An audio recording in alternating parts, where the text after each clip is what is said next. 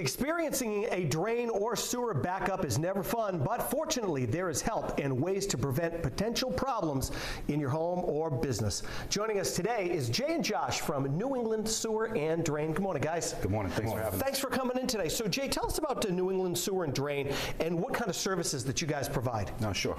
We're family, local, owned and operated. We specialize in all aspects of drain cleaning, from high pressure water jetting. We do root removal and camera inspections.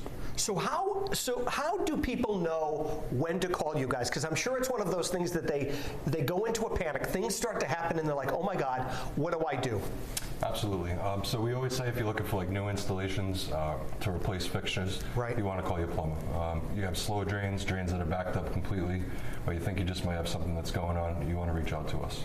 All right, and Jay, let's start from the beginning. What can people do to actually prevent this stuff from happening in the first place and having to make the call? Yeah, I mean, we've been running into a lot of situations recently where you wish this person took preventative maintenance much more serious, a lot sooner. Of course, if you're a restaurant owner and all of a sudden you're having backups while you're in the middle of operations, you can imagine what a headache that is. You can imagine how hard it is to be a landlord and you get that call at midnight that the basement's flooding with sewage, and now you're scrambling, and a lot of this could have been taken care of with preventative maintenance along the way.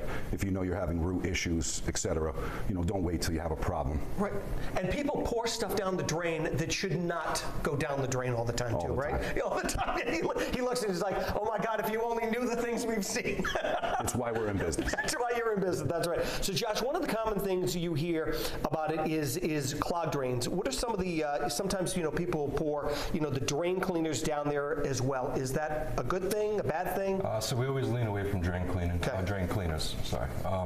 So the acidic properties, they create corrosion inside the pipe. And then also when the technicians are inside the pipe, it's like a burning sensation to the skin once it comes in contact. And I would imagine more so to like a lot of older homes here in New England, they're probably not in the best health to begin with. You're pouring this stuff down and it only can make the situation worse, right? Absolutely. Yeah. So what do people who have septic systems at home? Because I have one. Yeah. It's a newer system, but even when we had the older system before, what are some of the do's and don'ts of that? Because I was always on edge, thinking any second now it's going to back up and the snow's going to be this high and then we're going to have to call somebody. Yeah, I mean, there's a ton of people on septic in our area. Of course, it's a whole different ball game than going right out to the street because everything stays in the tank, so you have to be very cognizant of what you're putting down your drains. Grease is the #1 offender for causing coagulation and problems, which become catch points. Sure. Definitely hygiene products, wipes, flushable toilet paper that they say, but it really isn't. Mm-hmm. You really need to do your research on what you're flushing to make sure that that doesn't happen. And one of the other things too is even people who have the septic systems to pour down, basically the enzymes in there. Is that a good idea? Does that work, or is it just kind of like a scam? So it works in some cases. If you're on a regular maintenance with it, it can work. If you're too far gone and you've neglected the system, it's not exactly what you need. You want to have it pumped down, have it cleaned out, and go through the whole system with the cleaning. Right.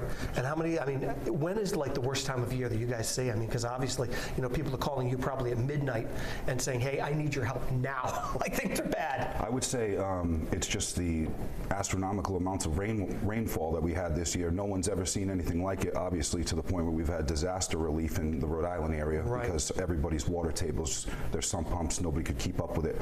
We get a lot of phone calls from people just thinking that their French drain systems have failed, and it just hasn't. The water table's just high, so you do what you can, but sometimes you can't avoid Mother Nature. So. Right, exactly. Well, guys, thanks so much for coming in and joining us today. It is all good information, and if you would like to learn more, all you got to do is head on over to our website. That is roadshow.com.